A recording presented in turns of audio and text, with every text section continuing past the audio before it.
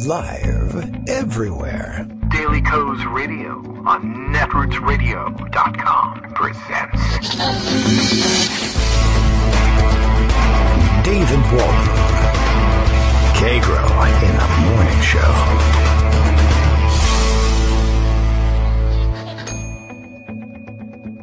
Now, here's David Waldman. Hi, how you doing, everybody? It is Monday, October 2nd, 2017. As you are all aware by now, of course, we have a mass shooting to deal with this morning. It always makes it difficult to get things started. Of course, on top of all of that, my oldest son missed the bus this morning. I mean, it's a minor tragedy by comparison, don't you think? But of course, that required me to run him down to the high school and drive halfway across town and make it here at about 8:59 and 48 seconds. So I'm having breakfast at the computer today. What an appropriate response. What can I tell you? Okay, so yeah, we've been turned upside down, of course, by the latest mass shooting. I don't know if I mentioned last week that my wife was away. Where do you think she was last week? She came back on Friday, thankfully, but that's a hell of a shock to wake up to in the morning. It wasn't her floor of the Mandalay Bay, but that's where she was. So we're all a little thankful that everything is normal here at Kagro in the Morning World headquarters. We'll check in on all the happenings with Greg in a little bit. I was driving back from the high school this morning, and I thought, oh, well, maybe it's okay that we'll be having a delayed start today because I have a fantastic series of contributions from a listener that I'll share with you. Well, I don't know whether we'll get to it today or not. It's kind of a tough day, but a series of fantastic excerpts from an article she's written to share with you all, and I think that traces one of the many arcs that we trace over multiple shows here at Kagro in the Morning. So we'll see if we can't get to that perhaps at some point, just to take a breath and figure out what's going on. But I'll introduce it to you properly sometime later in the show. But then I realized, of course, hey, nobody's there to start the tape of this thing. You're going to have to actually make it back. So, well, we just about made it. Daily Coast Radio is live now. That's true. Thanks, Bill in Portland, Maine, for letting me know. Kagro X, that's me. David Waldman warns that Obama is still coming for your guns, and none too soon. Of course, we'll be talking all about that and all about the propriety of even talking about the subject. I think we're all pretty glad that we're beyond the you can't talk about this for several weeks phase, because we'd never be able to talk about it if we were waiting for mass shootings to go away. That just simply doesn't happen. Strange coincidence, I guess, maybe you could call it a coincidence, that I think today is Steve Scalisi's first day back at work today. I know that he's got a PR push underway to discuss the fact that he is back at work, and we saw this morning, I don't know which of the local papers it was that was running the headline, that he was reflecting on his luck, really, and the skill of the doctors that treated him for having survived the shooting many months ago, and saying, well, the doctor said I was a minute away from death. But, well, as we're reminded today, we're all a minute away from death, thanks to your gun policies, for one thing, among others. All you are is a minute away from death now that we have accepted the idea of public carrying of handheld instant death machines. There's really no escaping it. Should you be in front of a guy who's mad about, let's say, not being able to get to work on time because there's one additional car in his way, and he's armed, and he flips out, you're a minute away from death, second away from death. Are you the car behind the car at the McDonald's drive-thru where the fries didn't show up? Maybe you're a minute away from death. Did you go to church yesterday? Did you decide to go to a concert? Did you go shopping at a mall? You may be a minute away from death at any time. Are you playing softball? Might that be it? Is that what you did wrong? Is that why you're singled out by God for the short end of the stick in terms of the prosperity gospel of life? I don't know. You don't know. Nobody knows. So we'll see. What can I tell you? We'll be looking in on this story and more, I am sure, when we catch up with Greg Dworkin. I see that Armando had pointed out to me just before I was rendered unable to do anything about it, that Mark Sumner had been tweeting this morning about, I guess he knows a little something about the weapons used in this attack, and I guess apparently the guy showed up at his hotel room with several guns, as many as 8 guns, and even if he had been carrying them openly, that would not have been a problem. If he had had them strapped on and fully visible, everyone would have said, well, he's a gun enthusiast, and Second Amendment, freedom, what can you do? Nothing we can do to stop the guy, and indeed there wasn't. Well, we'll find out about it. And of course, once again, another one of these insane attacks at which the people on the ground are certain that there's a distinct possibility of more than one shooter and automatic weapons being in use. Not necessary. One man with one gun can do all of this. He happened to have 8, so of course it made it a little bit easier for him. He probably didn't have to change magazines as frequently. But one person with what is well within the normal and accepted range of one person's gun size of a gun collection is able to do this all by himself. You don't need second shooters. You don't need to have, killing fields set up and triangulation of fire or whatever the hell you want to do. And you don't need anything special. You don't need automatic weapons. But Mark Sumner was reminding everybody. Mark said, automatic weapons are not illegal, by the way. They're not banned. They're just simply hard to get, and you have to go through a pretty stringent registration process in order to get a hold of one. But I guess there's nothing on this guy's record anywhere that would have stopped him. Surely the Muslim ban would have stopped him, right? Because that would have stopped all terrorism. This attack, of course, deemed not terrorism by police on the ground because the guy who did it was local and white, and so therefore nobody was terrified. You know how crazy that is. And,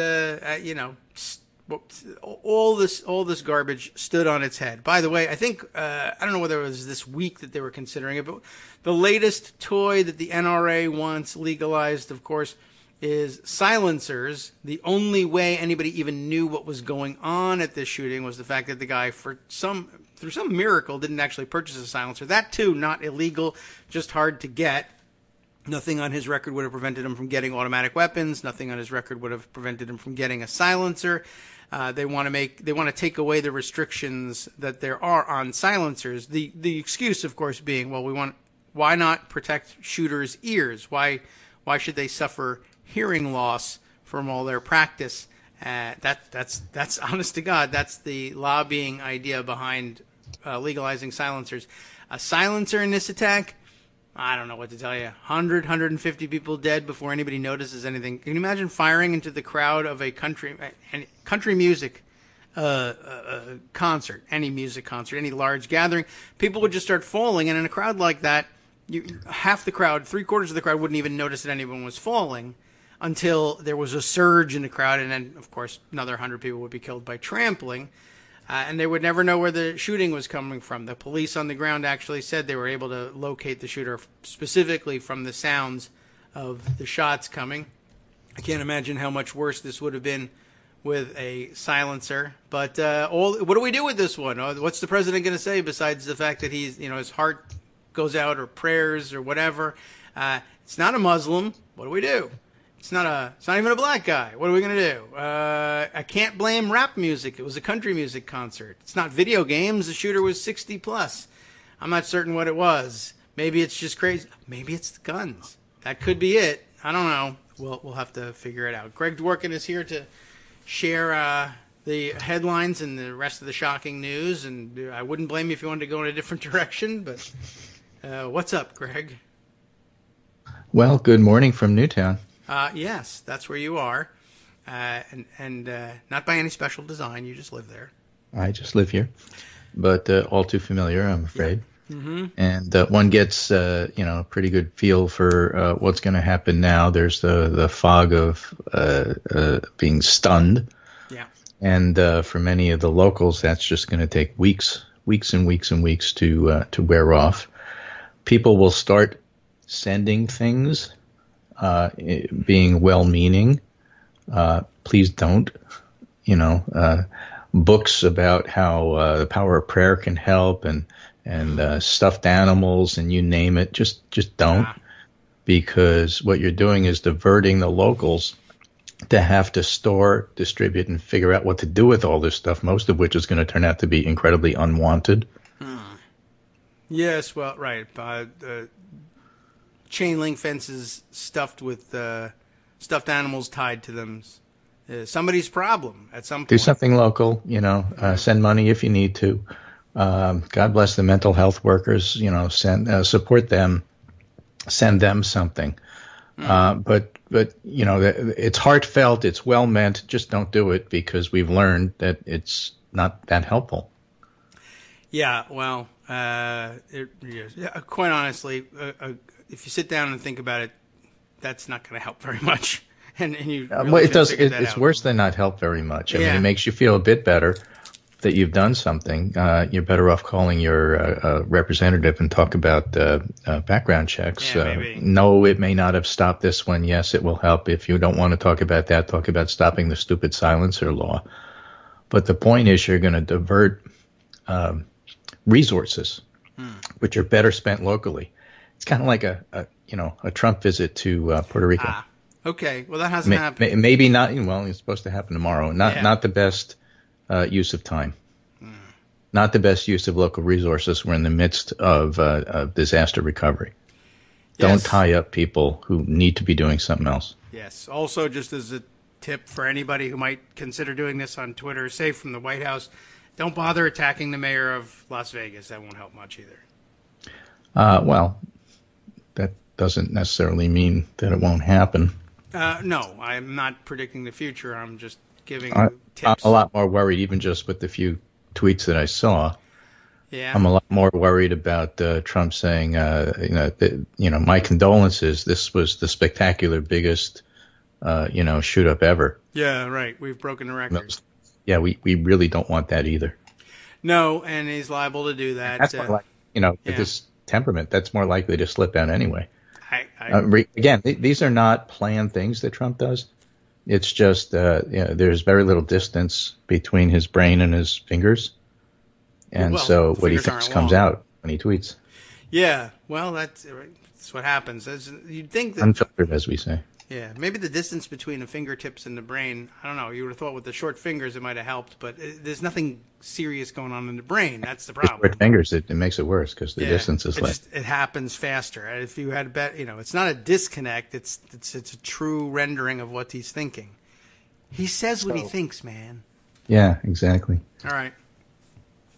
So, well, now what? I'm reminded of the New Yorker cartoon. With the sheep in the meadow looking at the giant billboard. And the giant billboard is a wolf, and the wolf says, "I'm going to eat you." And one sheep says to the other, he tells it like it is. Yeah, that is correct. So that's great, but not necessarily, perfection. Right. It was also not Axios has a nice list this morning, lovely list, big list, huge list. Shooting deadliest in modern U.S. history already. Death tolls from mass shooting are rising as of a decade ago. Weird. The deadliest shootings in U.S. had killed 16, 21, and 23 people, and now it's 32, 49, and more than 50.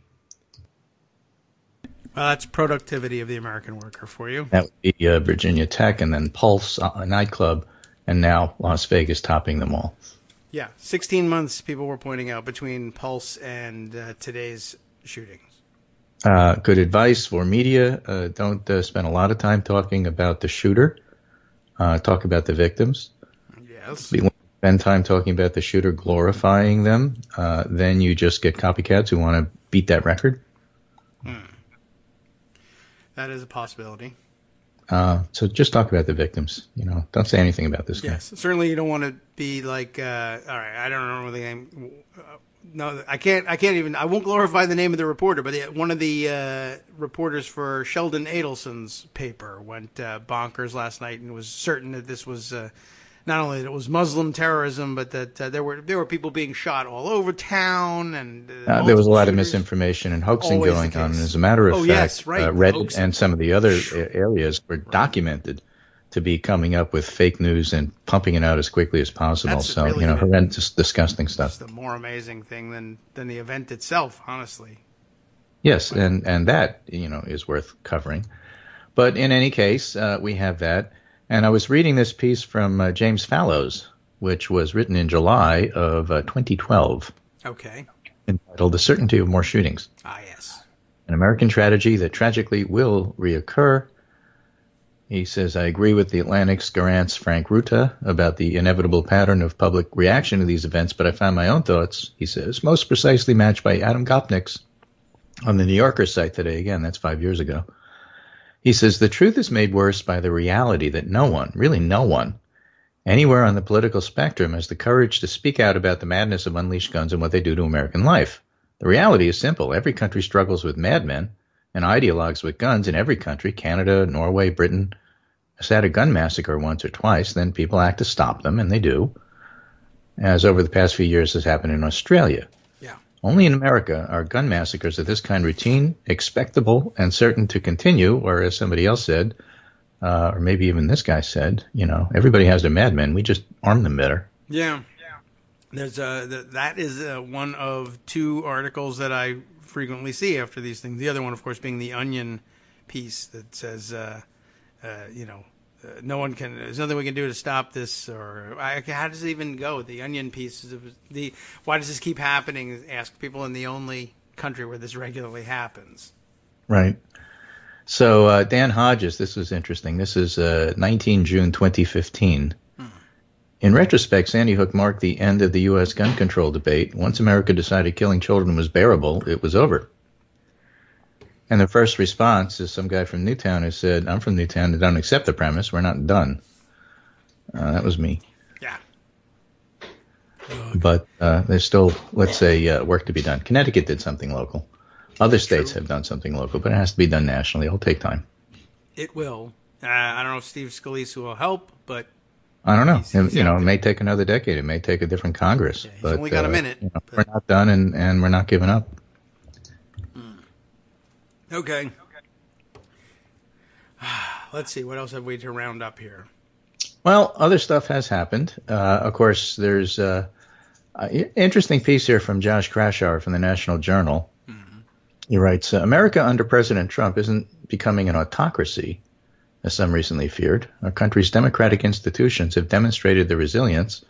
The media have rediscovered the importance of checking those in power, and the bureaucracy has demonstrated that simple inertia can overwhelm even the most committed demagogues.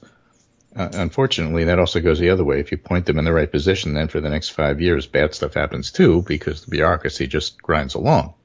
Yes. Krashower writes, I've struggled how to precisely describe this moment in American history, in which the leader of the free world is an erratic demagogic celebrity who dominates every nook and cranny of public life like no president before him, yet is so weak institutionally that he can't pass any legislation with his party fully in charge. That's not very nice to say about Angela Merkel. Yeah, she's caught by surprise by this.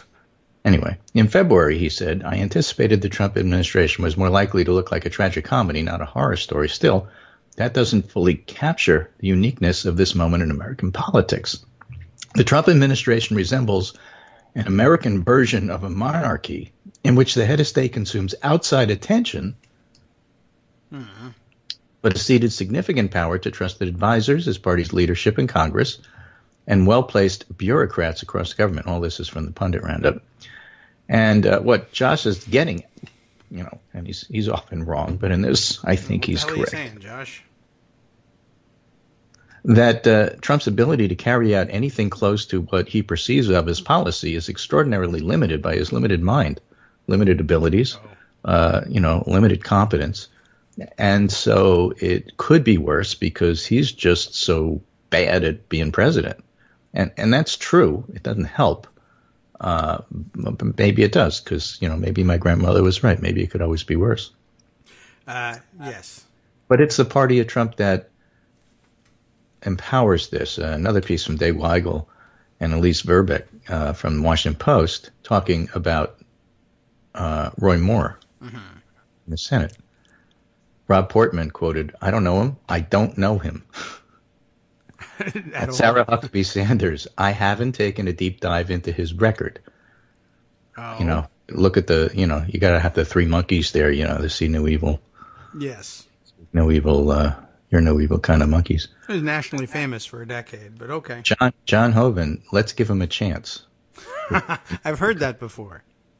I don't That did not understand work what out. that means. I don't understand how the Republican Party can embrace an out-and-out Looney Tune nutcase and say he's one of us, we'll support him, and think that doesn't tarnish them.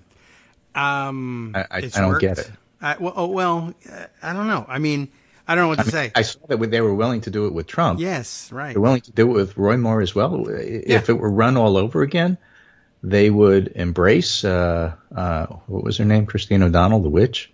Yes. Or, the people, the lady running in Las Vegas, or Yes. the guy who thought, there's a certain kind of rape. I mean, they rejected them just 5-6 years ago.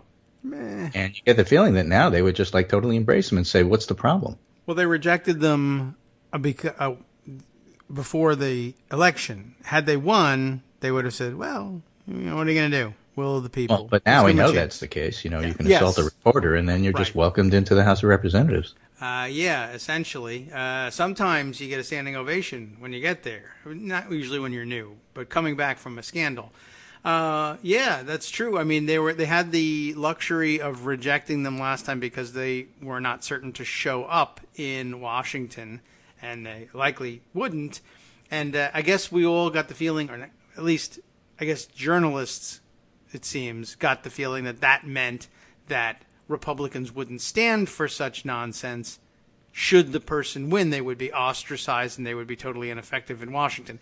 They were half right. They will be totally ineffective in Washington, but they will not be ostracized. They will be welcomed. People will raise money for them, and people will say, if you get to know them personally, if you just give them a chance, you'll get to see that they really are deep down a good person. Yeah, and I think it was Jay Cost who pointed out on Twitter that what people need to understand is that incumbency is essentially a business model, a business plan, and it's set up to get money from donors. And it really doesn't matter who is in that slot. It's not as if individuals matter.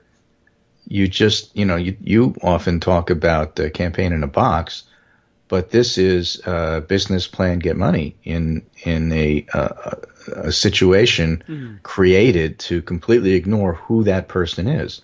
If you're a Republican senator, then you go to these people to get money.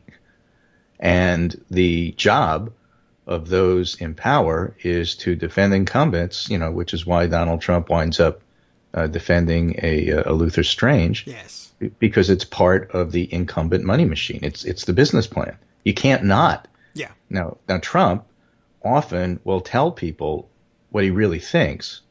I will give him that. He'll break the fourth wall, and he'll say, "I'm here campaigning for Luther Strange. I really don't want to be. Yeah, I don't even kind know of think why. it's a mistake, but I was told I had to because it's part of the business plan." That's essentially what he said to his audience. I think and you're they all right. said, "We get it. We understand. We forgive you, Mr. President. We know you want Roy Moore the way we do, and we're okay with that."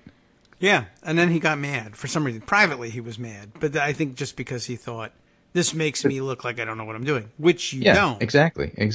But, it's all part of that incumbency thing. And so now you have people like Roy Moore running, and they'll just totally embrace him. And, they think that there's no downside to that. They think there's no downside to not even pretending that they're lying, which they did first about their healthcare series of plans, and now they're starting to do about the tax plan. Yes. And they figure, with incumbency, with gerrymandering, with Democrats concentrated in cities, which is a structural advantage to the Republican Party, they are not required or obligated to tell the truth or care about who is in those slots, and so the business plan will simply go on, and we'll just continue to fight for incumbency. It's really quite a thing to see when you step back and look at the big picture. And a lot of the support for some of the nutcases becomes less surprising, not acceptable, but less surprising, if you look at it as just part of the business model. Yeah, pretty much. I mean, that's the only reason he was Trump was on board with this thing, and it does. This is one of the few things where I guess you get to say both sides, because yes, it does happen. It's true, because there's times that an Obama or somebody would wind up supporting somebody that you say, why are you doing that? Right, or your DCCC, which is in the business of, actually literally in the business of maintaining incumbents in office, not necessarily because it's a great business model, but because it is funded by the incumbents. But still, that's the business they're in, and it ends up being, it's tribal just like anything else. It is interesting that they threw Luther Strange into the category of incumbents, and I think if they had given it a moment's thought and thought about the with fact an that asterisk, thought about the fact that he is an appointee, they probably would have come to the conclusion, this. Oh, I don't think so, because Mitch McConnell has to decide, would you rather work with Luther Strange or Roy Moore? Yes, well, that's true, but so for the purposes of even thinking about that, you're an incumbent.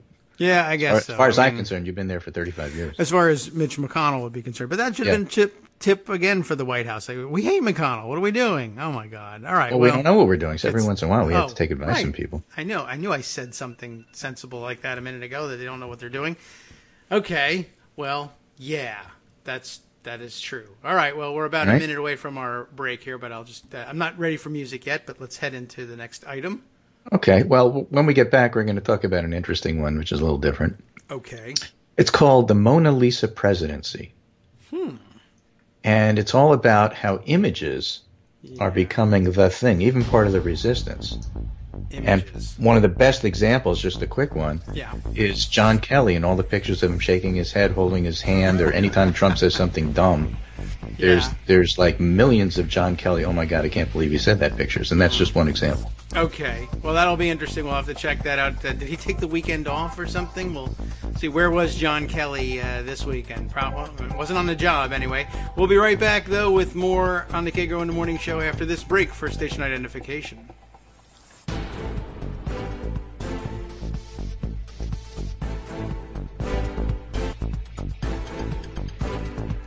Welcome back to the Kagro in the Morning Show on Netroots Radio.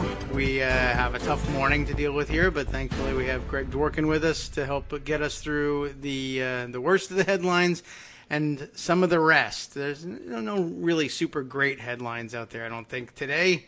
Nothing uplifting, anyway, or uplifting enough to get over what we had to deal with today. But odd piece that you have picked out here, just the Mona Lisa presidency? Yeah, from Megan Garber in The Atlantic. In response to an administration that's cheapened the value of words, images are becoming a form of public art, and in some quarters a form of resistance. They lead off with a Mona Lisa picture, except it's Trump's face. And they were just talking about John Kelly going through some sort of existential crisis during one of Trump's UN speeches, or the UN speech. And I will send that little link to you, but you can click on it from the article. Okay. And it's just Kelly holding his head, looking down, listening. He's seated one row behind and very close to Melania. And he's just, suffering over whatever Trump is saying. Somebody researched and that's part of the whole thing there. But, she goes on to say the relation between what we see and what we know is never settled, the art critic John Berger famously noted. And while it's famous, I guess, if you know anything about art critics, I don't know who John Berger is, and I never heard it before, but I guess it's famous. While that has always been true, it's perhaps truer now at this moment, during this presidency, as the world moves in the orbit of a leader who regularly blurs the line between fact and fiction.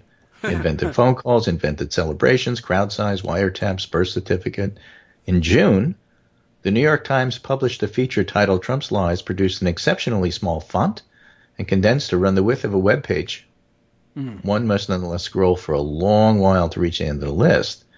And as of September 8th, according to the Washington Post tracker, Trump has made 1,145 false and misleading claims in his 232 days in office alone, claims that proceed to infiltrate the American psyche. And basically, you can't believe what he says. So whether the lies are the result of a strategic mind or a careless one, the general effect is the same. Epistemic exhaustion among Trump's fans and detractors alike, systemic uncertainty, widespread mistrust, citizens who feel empowered to dismiss not only the president's words, but also each other's with sneers of fake news. Yeah. And of course, we just talked a little bit this morning about all the fake news that's going to be ginned up over the Las Vegas shooting. The presidency will always revolve around the particularities of the person who holds it. The office's current occupant, however, is particularly volatile in mind and mood. Ahead of his departure for Paris, CNN reported in July, Trump spent much of his time watching television and huddled with top advisors, and his mood ranged from furious to frustrated, but also defiant. While any White House will issue words that aim to spin and deflect, the words of this one, 1,145 false and misleading claims, are particularly unreliable as reflections of the decisions the president will make on behalf of the country. On the other hand, looking at his Twitter feed, I would add, is a much more reliable because you get a real clear idea because of the short distance between his short fingertips and his brain. We're in trouble. So, yeah, I mean, and again, go back to Josh Krashower's article about the Trump administration resembles an American version of a monarchy. Jay Rosen has, of course, famously pointed out, I guess it's famous if I remember it, right? If I didn't remember it, it's not famous. Jay Rosen has famously pointed out that the press, the ones who cover the White House, are for the most part courtiers to the monarchy. Yeah. And that what they want more than anything else is access. And so you'll have a Kristen Welker constantly on cable TV trying to normalize what Trump does as if it's, a normal thing that he goes to a golf tournament and hands out a trophy while Puerto Rico is drowning, denying that anybody's dying there, claiming that everything is just going fantastically well, and it's only malcontents and Democrats who are trying to spread fake news. And he even uses the term fake news in his tweets when he starts attacking how the Puerto Rico events are going. And yet there's reporting, and we'll see if there's more and more of it, about people who were involved who were just aghast at the fact that Trump seemed uninterested for a week in doing anything, that FEMA and some of the other federal agencies were ready to go, and he just didn't pull the trigger because he didn't really think it was that important. He didn't see it on TV. It wasn't important to him. What's the big deal? It rained in Puerto Rico? Yeah, I mean, they're not even in America anyway. He probably didn't know. That's speculation on my part, but half the country didn't know, and there's no reason to think that he did. And he certainly didn't say this is urgent and we need to act. And so the professional managers are just aghast by all of that. Well, he's terrible at his job, and really any job that he would take. On the Pundit Roundup, I have a piece here that I did a Storify from Jeremy Conandick, who is something of an expert on disaster preparation. Okay. And we'll actually put that at the bottom of the list so you could find it easier. There it is. I'll look. An expert's eye on Puerto Rico disaster relief. Excellent. He used to work for CG Dev and Georgetown. He's former U.S. Foreign Disaster Assistance Chief at the OFDA under Obama. The thing about Washington is you have to be an expert in all the acronyms because you're not going to understand any of them, but they just throw them around as if you know what they're talking about. What was it? CG what? OFDA. Oh, okay. Well, there's that one. Okay. Under Obama. OFDA. Okay, so he says, this is the best TikTok I've seen on White House management of Puerto Rico response, and it is so damning, and it is a Washington Post story entitled Lost Weekend, How Trump's Time at His Golf Club Hurt the Response. Ah, yes. And how he was paying scant attention. Jeremy says, I've tried to be balanced regarding Trump's handling of Puerto Rico, and in my piece today, because I know how hard this stuff is. And he's got a piece in the Washington Post called Perspective, responding to Puerto Rico's disaster is uniquely complex, but Trump is still falling short. He says, the Washington Post report tonight makes that impossible, that is to be fair and objective. It confirms the worst suspicions, clear that the White House took their eye off the ball at the worst moment. The 2 or 3 days immediately after a major event are critical. That's when you gauge damage in order to calibrate the response. And then he's got a clip from one of the pieces. Trump did hold a meeting at his golf club that Friday with half a dozen cabinet officials, including acting Homeland Security Secretary Elaine Duke. She's the one who said that this is a good news story, who oversees disaster response, but the gathering was to discuss his new travel ban, not the hurricane. Duke and Trump spoke briefly about Puerto Rico, but did not talk again until Tuesday, an administration official said. So during that critical window, rather than shaping response, POTUS was at a golf club, held work meetings, but not on Puerto Rico. Yes. And another clip. On the ground in Puerto Rico, nothing could be further from the truth. It's taken until Monday, 5 days after Maria made landfall, for the first senior administration officials in Washington to touch down to survey the damage firsthand. And only after White House Homeland Security Advisor Tom Bossert and FEMA Director Brock Long returned to Washington did the administration leap into action. So Jeremy says senior administration officials didn't visit PR to assess the situation firsthand until 5 days post-storm. Inexcusable. Tellingly, what set Trump off and spurred his attention was not briefings. It was bad TV coverage. No wonder. Clip here, he was becoming frustrated by the coverage he was seeing on TV, the senior official said. He didn't hold a high-level meeting on the storm response until Tuesday, 6 days after landfall. This is disaster management malpractice. And it has become clearer and clearer the response hasn't had the resources and people it needs, and the Department of Defense is admitting it. It's not enough, and that's why we are bringing a lot more, the three-star general said, of the resources in Puerto Rico so far. Why do I call this malpractice, Jeremy says? Because they had all the tools they needed to see this for what it was, if only they pay attention. Storm played out exactly as forecast. It was clear it would be devastating, and it was. And then the president let things on autopilot. And that has real, tangible, harmful consequences for the speed and effectiveness of the response. It makes me so mad I could spit. FEMA staff deserve better, DOD staff deserve better, and most of all, the people of Puerto Rico deserve better. This is not leadership. And he ends it there.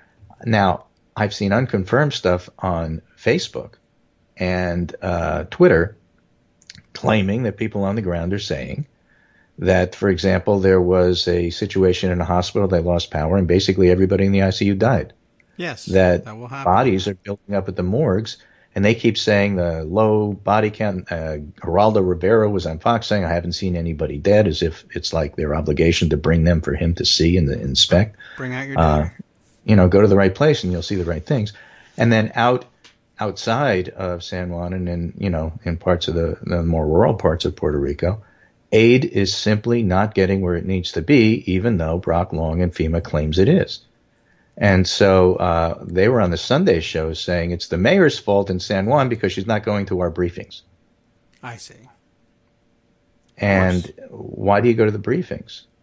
You can have your people go to the briefings. Are you supposed to be able to get on board with the same party lines? Everybody can say the same thing and make it all sweetness and light. She's out there actually wading through sewage, essentially, trying to help people while Trump is playing golf. And that image was pretty clear. She was on the Sunday show saying this is what's going on. So Trump is trying to make it out that she's a Democrat and just wants to criticize him. But the fact of the matter is that they're doing some heroic work now. And there are people and more all the time. There's plenty of supplies in port. It's not getting to where people need to be. And part of the problem there is that the federal government for 4 or 5 days was completely it's not fair to say unprepared. The individual agencies were prepared, but they never got the go-ahead from leadership from the White House. So the White House dropped the ball and was totally incompetent. And that's part of the reason why it's such a big tragedy now. Yeah. They didn't cause the hurricane. They didn't cause the entire electrical grid to be out. They didn't cause people to lose their water. But they didn't care, and they didn't pay attention. And that's just a fact. Yes. Well, that's actually, I guess, the White House plan for handling the PR of PR was to say, well, we didn't cause all of this. The storm did, as though that were some kind of revelation. But it's worse than incompetence, of course, just because you realize, as you put it, FEMA and other agencies were all ready, I guess. I mean, as ready as you can be for something like this. They had a response prepared. They just never got the go-ahead. And I guess you should keep in mind here that getting the go-ahead is a matter, really, of the president saying, essentially, the equivalent of, do what you need to do. Go. Do the thing. You want to sign a piece of paper. He loves signing paper. He didn't sign a goddamn thing. We need to recognize that there's an opioid crisis. And Trump said he would recognize and formally declare that there's an opioid crisis. And guess what hasn't been done yet? I don't know. It's because it's Infrastructure Week. Yeah, something like that. Matt, he does. I'm going to end with Matt Iglesias here. Puerto Rico is all our worst fears about Trump coming real. Yep. A real crisis comes and Trump can't handle it. Doesn't want to handle it. I mean, that's the worst part of it. Again, all you really have to do is say go. And he won't even say go. Why? For the first 9 months of his administration, observers had occasion to wonder, and wonder, and wonder, and wonder, how exactly Donald Trump would manage to handle a real crisis imposed by external events rather than his own impulsiveness. He's had plenty of crises, but a lot of them he created himself.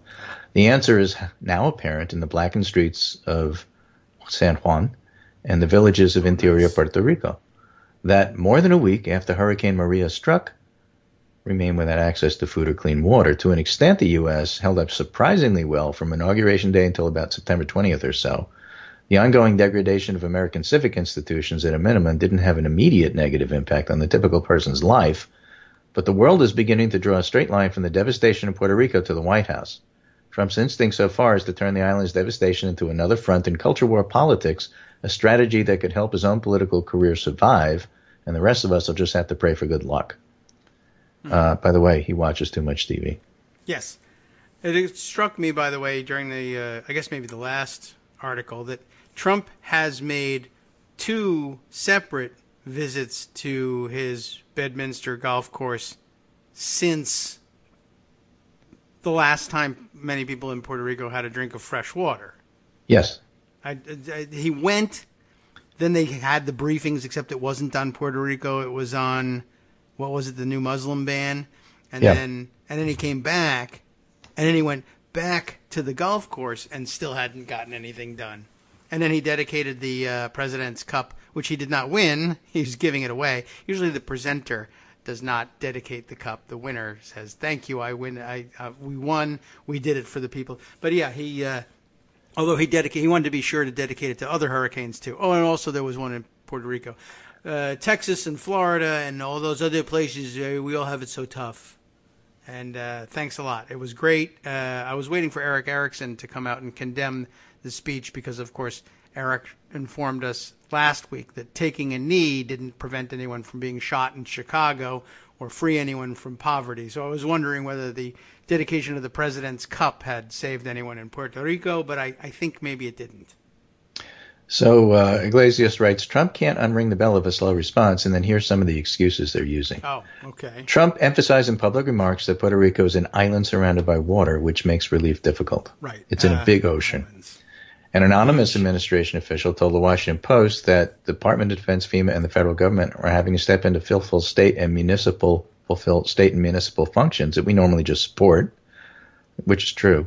Yeah. But you need to know and anticipate that that's in fact going to be the case. It's not that hard when you know everything's wiped out and you know the whole history of the island. Yes, your pandemic prep knows that.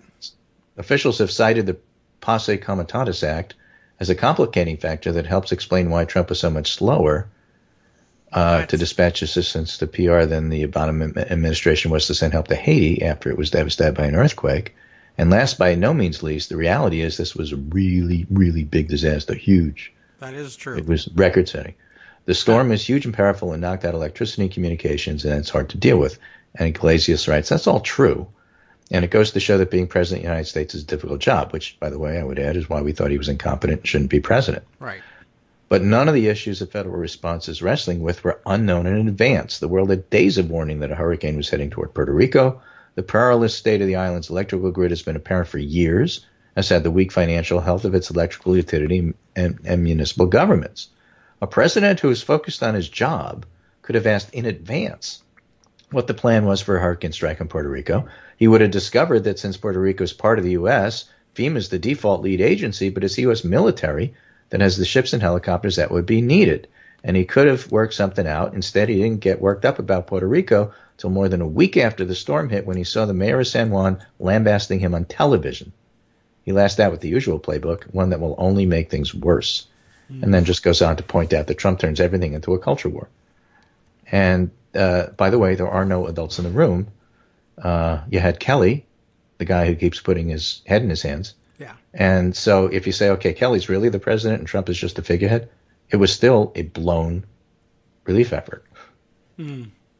Yes, the whole thing was was obviously a disaster from beginning to end. It's interesting too. The hasn't ended yet. Yeah. Yeah, right. Armando was commenting here. This is the previous 8 days before Maria hit Puerto Rico. The National Weather Service never wavered from forecasting a direct and massive hit. They predicted it would be a Category 5, not a Category 4. So that's pretty amazing as well. And as you mentioned, there was plenty of warning. Armando here agrees. For once, he agrees with you that there was plenty of advance warning. Another great advance warning of the effects of a major hurricane on Puerto Rico would have been the one a week prior, where it knocked out the electrical grid in Puerto Rico. Hurricane Irma did it. We saw it. It happened. It was reported on television. Even Fox and Friends probably mentioned it. Maybe not with respect to Puerto Rico in particular, but if you wanted to know what a major hurricane would do, you could have watched it happen as a dress rehearsal before the other one actually showed up, and I think you would have had a pretty good idea of what to do. But what he did rehearse was going to the golf course, and so that's what he did in an emergency. That's why you have to practice your emergency drills, so that when the crap hits the fan, we're on the radio in Rochester. Hi, everybody in Rochester. No, you could say fan. You know what to do, right? It's not a dirty word to say fan. You have a plan in place, and he did execute his plan flawlessly. Run away to the golf course. Excellent job. It was done just as predicted. By the way, in order for him to get to the golf course, takes 2 helicopters and a jetliner, none of which could have been deployed in a better way. Of course, you wouldn't send Marine One or Air Force One naturally, but he does have a fleet of private planes that he also didn't do anything with. Well, so there you have it. And by the way, while all this is going on, Trump and his family are looting the government. And by the way, the Republican House and Senate are planning to screw you on taxes so that their rich donors get a break. With that, I'll leave that with you as the State of America here on Monday. And the date, of course, is October 2nd, 2017. So we're into October now. October is a great month, and for a variety of reasons, but here we are.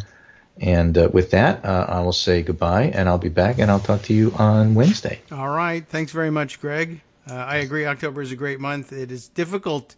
It's a difficult month. It's surrounded by other months of the year, an island in the middle of the calendar. Very difficult to deal with. It's true. Armando, you got a lot of comments, and you're welcome to come on and share them, by the way, if you would like to. But I'll pass them on if you don't. You were just saying the mayor of San Juan early on in all this never mentioned Trump's name. I think she's smarter than that. She knows not to draw him into a fight. And you got to be careful. It's amazing. You got to be careful about that. As a municipal elected official, you got to be careful. Don't mention the president's name in any way. Well, really in any way, shape, or form. But certainly not in any negative way, or you're not going to get the help you need. This is essentially, the fact that they ignored this is essentially like time for some traffic problems in Puerto Rico. Some marine traffic problems, perhaps, might have been it. But that's the level of, it's not neglect. It's, it's intentional. Like, imagine with Chris Christie on board, how bad this could have been. Who cares, right? They're all Clinton voters, so we're just not going to do anything about it. And they're not, by the way, but it's just an amazing situation. What else do you have pointed out here? The other point is that when you were on the show last Monday, is that right? Last Monday?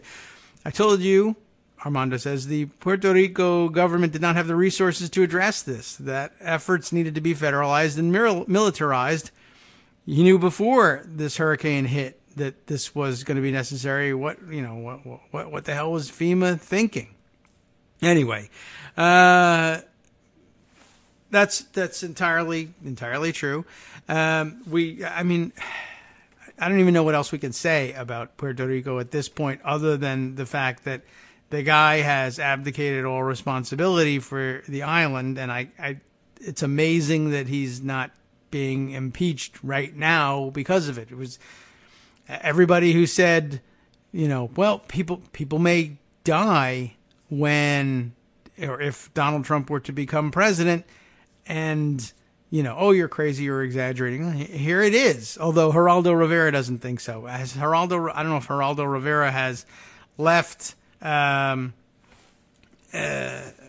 Juan at all. I'm not even certain where he has traveled to. He's obviously not the greatest investigative journalist in the world, but I imagine he showed up to challenge the narrative that there were people dying in Puerto Rico because he didn't see them. They weren't there. They're not in my hotels. They're not dying. So I don't know. I don't even know what to do with this other than to reiterate how truly awful a person Donald Trump is. All right. Well, let's see. Yeah, I mean, maybe it's time to move off of Puerto Rico. Generally speaking, I don't know if we're even going to go back to the Las Vegas thing, except that you did, in fact, send me an article here. Mark, I guess, wrote this up in addition to tweeting this morning. Mark Sumner did have a post about the situation the guns used in Las Vegas, and I guess we're getting some reports about that. Greg had sent notice along with his headlines that the police on the ground in Las Vegas say the gunman had 8 assault rifles, 200 loaded magazines, and had placed cameras outside his suite at the hotel to be able to see when law enforcement officers were finally going to close in on him. By the way, strategic note on the Mandalay Bay. My source on the ground, who's no longer on the ground there, thankfully, was telling me that her recollection is that it's a very tall building, Mandalay Bay, and as with a lot of those high-rise casino hotels, the massive places that they are, they have different elevator banks for different ranges of floors. Not all elevators go to all floors, and the 32nd floor, I think, is the top level of one of the banks of elevators that goes from like the 17th to the 32nd or 18th to 32nd floors. And I guess savvy Las Vegas hotel guests know that if you have the opportunity to request what floor your room will be on, you want to grab the room that is the lowest in the range of the elevator banks, so that you get there more quickly. The ride it's faster to get to your room because you don't have to go through all the stops of all the floors that bank of elevators goes to. By contrast, of course, if you wanted the room that it was slowest to get to, like say you were expecting, police to show up at your room, you would want to be on the highest in that bank of elevators. And I guess the 32nd floor, it is reported by my wife, who may or may not remember this correctly, that's where you'd want to be. Interesting strategic thought. If you aspire to be a Las Vegas gunman, it's important to know all of this stuff. It's also important to know, as Mark points out, fully automatic weapons aren't illegal. There are thousands, in fact, around Las Vegas. That's the special point. Not just that they are legal, but that Las Vegas has a particular penchant for having them around, and I mean some ridiculous ones. You should see the photo with which he has illustrated the piece over at Daily Kos. You can take a look in our afternoon roundup. We'll have a link to that, and you can take a look. This is, what is the guy looking at here? A 50 caliber M2 machine gun, the scope of which he is looking through at the 2016 National Shooting Sports Foundation trade show in Las Vegas, Nevada. Is the National Shooting Sports Foundation the one that's headquartered in Newtown, Greg? I'm not certain if that's the one or not. But at any rate, there they are, in affiliation with two of the most infamous mass shootings in American history. The locations, anyway. This is a thing mounted on a gigantic, what is it? It's not a tripod. It's just a giant riser that comes off. It looks like it's got a deck umbrella base, essentially, and this thing just swivels and fires, and I imagine it would do terrible things. which is, of course, what it's designed to do. But let's look at Mark's piece here. It's not illegal to own a fully automatic weapon, including military-grade machine guns. Instead, ownership of these weapons is restricted, and that's all there is to it. Greg says, yes, the National Shooting Sports Foundation is, in fact, headquartered in Newtown. I thought we remembered that correctly. Federal law severely limits the ability of anyone, including gun dealers and shooting ranges, to purchase new machine guns. However, guns that were owned before 1986 continue to change hands. Owners of these weapons are required to pay a fee and register them with the federal government, which is tyranny, of course. As of 2006, those registrations indicated that over 390,000 machine guns were in private hands in the United States, in case you thought there was a shortage of them. In the same year, 1,280 unregistered machine guns were seized. So, registered or not, they are all over the place.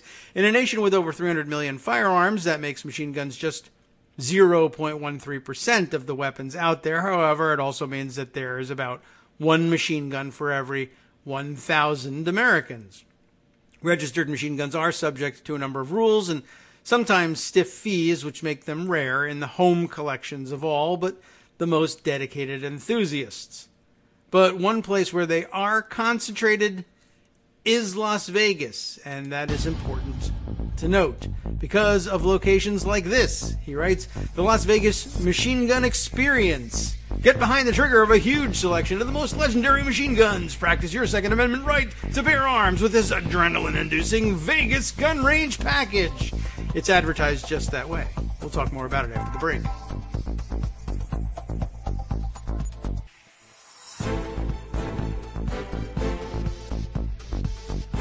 Welcome back now to the Kagro in the Morning Show here on Netroots Radio. Just a short 1-minute break up at the top of the hour. When we left off, we were reading the article that Mark Sumner provided us about the, not ready access that we all have as Americans to machine guns, but the fact that they're not as rare as you might think, and they're certainly not illegal, and that Las Vegas has a peculiarly large collection of them, I guess. Really true. Although it brought to mind one of the latest accidents with these machine gun places. It didn't happen in Las Vegas, but you may recall that. I guess it's just over 3 years ago. Now, as a matter of fact, August 25th, 2014, my birthday. I wasn't born in 2014, but August 25th. For those of you who want to steal my identity, I guess that'll help you. The incident was in Arizona, but at one of these places that I guess in the Southwest, they love it because they got a lot of desert space. And ordinarily you can do things like shoot a machine gun without worrying too much about firing into, let's say, neighboring homes by firing your machine guns out in these desert ranges. The last stop gun range in Arizona was where the instructor was accidentally killed after I think we're talking about a 9-year-old girl who was essentially, because her parents had a credit card, handed it to the guy and gave her an Uzi. And she lost control of it and shot and killed the instructor. That was only a couple of years since or after.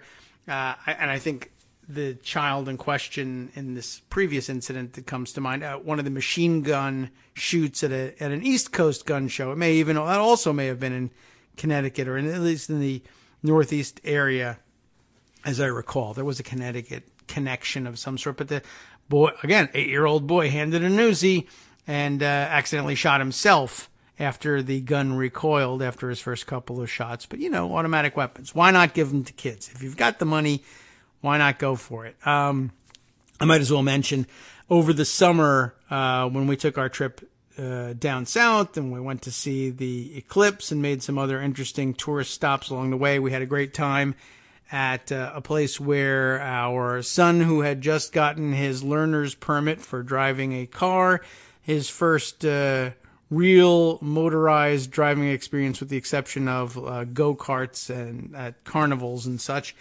was to drive a tank. Well, not a tank, an armored personnel carrier. We like to call it a tank because it's got the big tracks, the treads on it, and it crushes cars, and it was great fun and everything. And When we bought the package so that we would have the chance to drive these enormous vehicles and crush cars, which sounded like fun enough.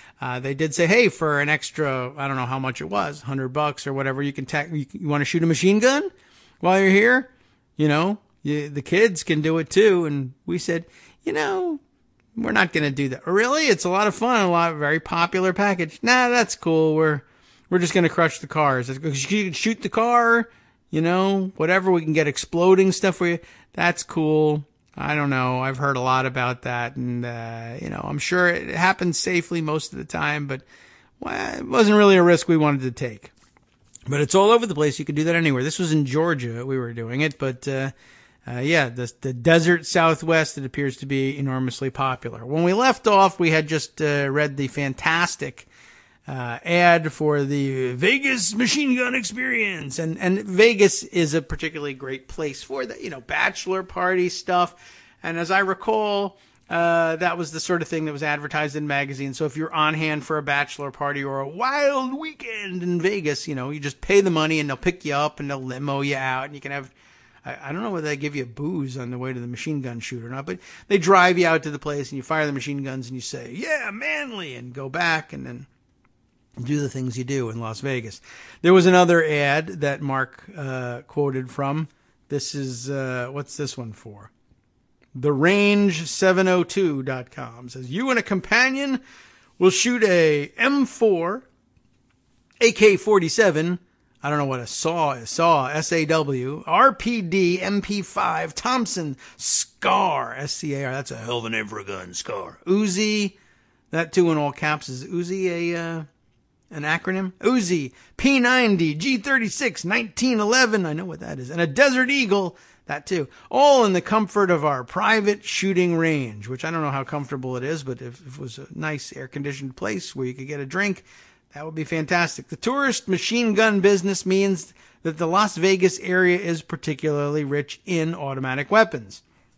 Thank you, capitalism and free market. You are moving the guns to the place where they place the highest value on them. And so after a certain number of free market trades, you would expect for them to concentrate there where they can capitalize on those machine gun assets. Restrictions on automatic weapons and the relative value of these weapons mean that none of these facilities is likely to offer a, hey, take this machine gun home and shoot up whatever you want package. But sites around Las Vegas offer the opportunity to lay hands on an extraordinary range of fully automatic military-grade weapons. That includes a World War II MG-42 that shoots up to 1,500 rounds a minute. Also a minigun that shoots 4,000 rounds per minute, and dozens of similar smaller weapons like the AK-47 or M4.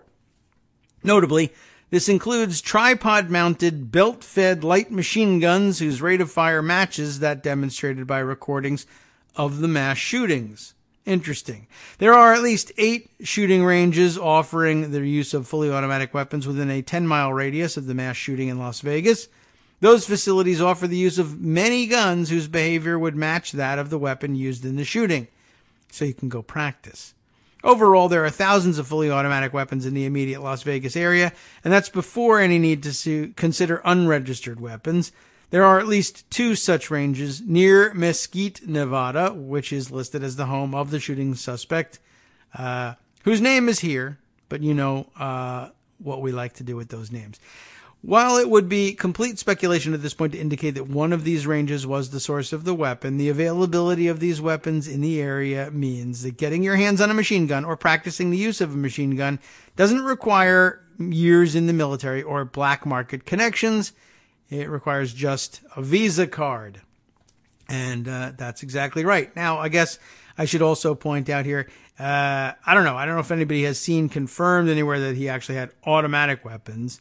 We are frequently fooled into believing that automatic weapons were used in an attack which were perpetrated merely with semi-automatic weapons. And by the way, the reason semi-automatic weapons that load their load the rounds into the chamber for you after each one is fired, which of course speeds things up. But it's these lazy murderers that want everything done for them that really make me mad, and the president too. I don't know whatever happened to personal responsibility. If you can't take the time out to appreciate the Second Amendment properly, to put that musket ball down the muzzle of your flintlock rifle yourself, follow it up with paper and powder and wadding and really, honestly, what could be more fun than tamping it all down with a ramrod? Honestly, where else do you get to use a ramrod these days? I don't want to know. If you know, don't tell me. And why you would go the lazy route, I have no idea. But no, you don't even need automatic weapons anymore. I guess it's always worth pointing out to everybody, you don't even need to go through the expense and trouble of buying a fully automatic machine gun these days when you can outfit your AR-15, which really is the Barbie dolls and G.I. Joes of machine guns, they're not machine guns, but of semi-automatic rifles, which enthusiasts love. I call them the Barbie of guns because, of course, it's the accessories that make the thing exciting more so than the basic product. You can always buy something new for Christmas for somebody who's got and loves an AR-15.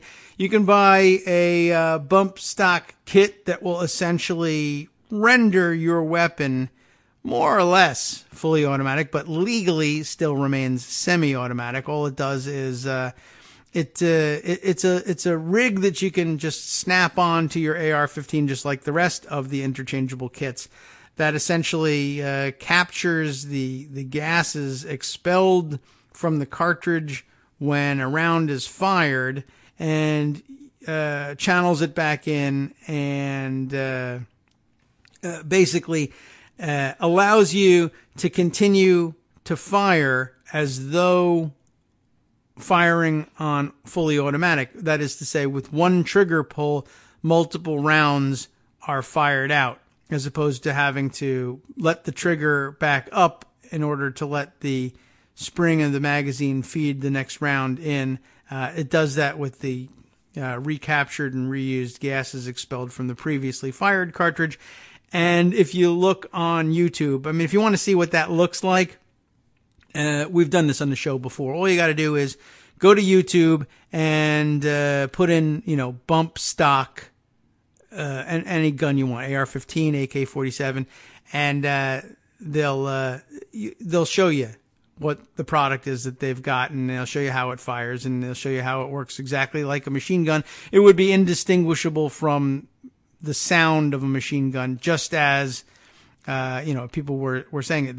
That Mark noted that people said the sound of the firing, the rate of fire, sounded like it was an automatic. But hey, legally, it might in fact just be a semi-automatic rifle. And what are you so afraid of?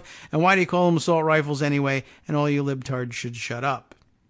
Just thought I'd keep you up to date on how that might happen. Okay, let's see. Are there other things we need to discuss in terms of comments? Let's see. Michael Musson had earlier said, I bet Trump regrets dedicating the golf trophy to Puerto Rico. A more appropriate usage would be to dedicate it to Las Vegas. Yes, so he'll have to have another tournament so that he can dedicate all of that to all the right people. Many other comments have come in along the way here. Rebecca Romans was talking about this as well earlier today. I'm sure the shooter could have done just as much damage with the swimming pool. There's always that. That is true. That happens all the time. But this is, in fact, in reference to an argument over Trump's Puerto Rico response, ending with a girl who was a bystander to this whole thing, a girl shot and a stepfather in jail. A family argument. That should have been interesting. I wonder which side the shooter was on. But I did see that story yesterday. So Puerto Rico costs rising even beyond those that we might otherwise have expected. The Volusia County Sheriff's Office in DeLand, Florida, arrested a man after he discharged a weapon at a birthday party, hooray, striking his stepdaughter in the knee.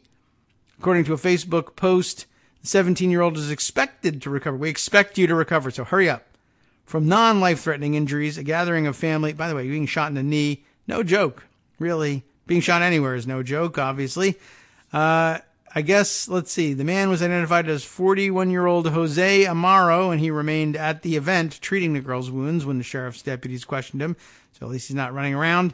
He and his brother-in-law having a discussion about politics, Trump, and the situation in Puerto Rico. According to the incident report, the parties involved had been drinking and appeared intoxicated.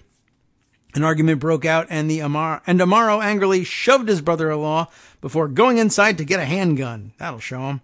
Those at the party attempted to hold Amaro back, but he shot into the yard, and a witness tackled him to the ground. The bullet hit his stepdaughter. So, what do you want to know about that? That's I'm reading the report from Sarah Burris over at Raw Story, which Rebecca sent to me, but I did see that story yesterday. Amazing story. By the way, also yesterday, noting, I think, the work of the Gun Violence Archive, noting that shootings of all types, essentially, were up this year. Not really a super surprise, of course, but, yeah, you know, we're breaking records all over the place, not only in the size of mass shootings, but as I mentioned to you a while ago, we're on record pace with respect to the number of kids under 15 years of age accidentally shot to death this year. We were getting numbers we usually don't see until November in mid-August. So no surprise that numbers are up across the board. It's just sort of an amazing thing. And remember, these numbers are supposedly going down. Gun enthusiasts used to tell us that only 60 kids under age 15 were shot to death accidentally in each year. The number's about twice that, but surely it's going down because gun safety and Eddie Eagle, right? But instead it's been going up year after year. It's weird. It's almost like letting anybody who wants to carry one of these instant death machines wherever they want to, wherever they go, would have, I don't know, consequences or something. Guns Everywhere Georgia could tell you about that if they cared to pay attention to such things. Anyway, more things are going on besides these two major stories. Of course, more horrible things are dreamt of in heaven and earth and may have been contemplated in your philosophy anyway. Where do you want to go from here? How about the fact that Axios claims to have a scoop? Trump urges staff to portray him as crazy guy. I'll get right on that, boss. I'll see what I can do. It's a tall order. I don't know if I can convince anybody that you're a crazy guy. Is that really even a scoop? I mean, I think everybody really figured that was the case. What do they have to say about that? I want to see how they follow that one up. Jonathan Swan, writing for Axios here. In an Oval Office meeting earlier this month, President Trump gave his top trade negotiator, this is about trade, he wants to be seen as crazy, Robert Lighthizer, I guess. I think we mentioned his name the other day because something corrupt was going on probably, right? I forget exactly how the USTR came up. But anyway, in an Oval Office meeting earlier this month, Trump gave his top trade negotiator an art of the deal style coaching session on how to negotiate with the South Koreans. Because Trump himself has had such success with the North Koreans, he figured he could figure out the South. Trump's impromptu coaching came in the middle of a pivotal conversation with top officials about whether or not to withdraw from the U.S.-Korean trade deal. Sources familiar with the conversation recounted the exchange for Axios, and the White House did not dispute this account.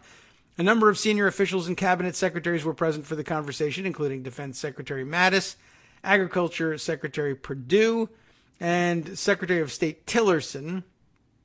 They stopped calling him Rex. Rex everything. At issue was whether the U.S. would withdraw from the Korean trade deal, an action Trump threatened but still hasn't done, like everything else. You've got 30 days, and if you don't get concessions, then I'm pulling out, Trump told Lighthizer. Okay, well, I'll need to tell the Koreans they've got 30 days. Lighthizer replied, No, Trump interjected. That's not how you negotiate. You don't tell them that they've got 30 days. You tell them, this guy's so crazy, he could pull out at any minute. That's what you tell them. Any minute, Trump continued. And by the way, I might. You guys all need to know I might. You don't tell them 30 days. If they take 30 days, they'll stretch this out. Wow. Okay, why this matters.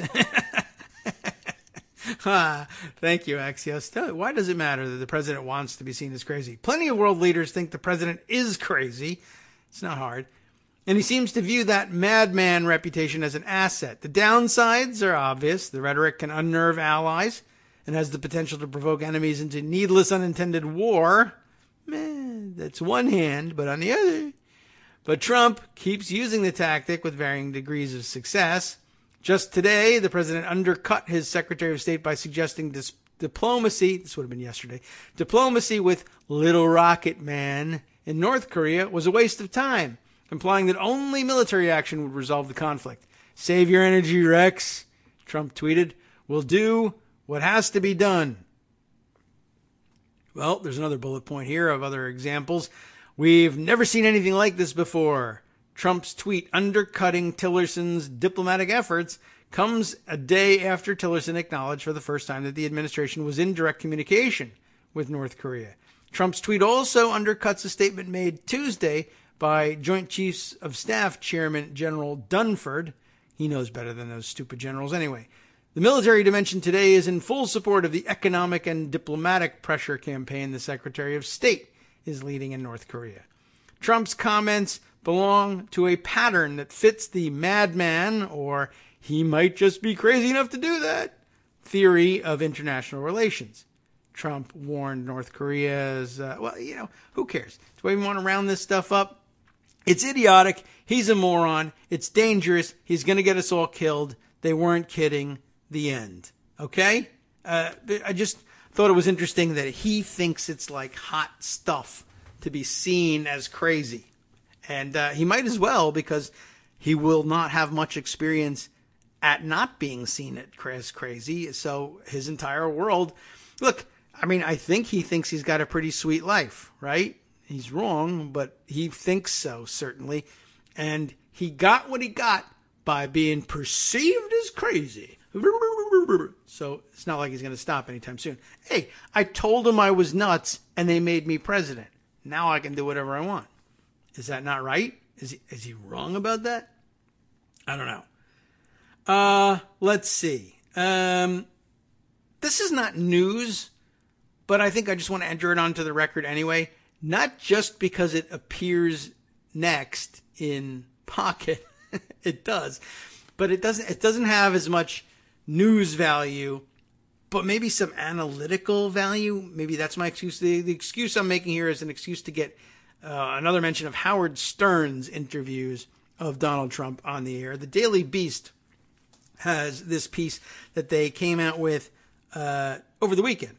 This is the 28th, Saturday? Anyway, more from the Howard Stern tapes, written by a guy named Marlowe Stern, who I assume is no relation to Howard Stern, but it's odd that he would pick this one up, but maybe that's what interested him in it. The time Donald Trump turned away in disgust while a man was bleeding to death in front of him. What? Weird situation, right? Indicative of anything in particular? I don't really know, other than just the ludicrous place on earth that Donald Trump occupies as a bystander to everything in life. And he'll be commenting on all of it and tell you exactly what you should be doing, right, at any given time. Okay. The most shocking revelation, this says, from a recently unearthed trove of interviews between radio host Howard Stern and Donald Trump. And we've known about these interviews for a long time. I don't know if we knew about this one, but they are a treasure trove just about because it tells you what the hell's going on in this guy's head. And this was back when he was fairly lucid.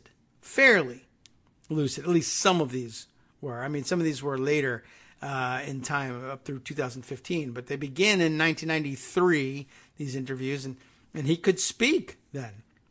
Let's see what Marlowe has to say.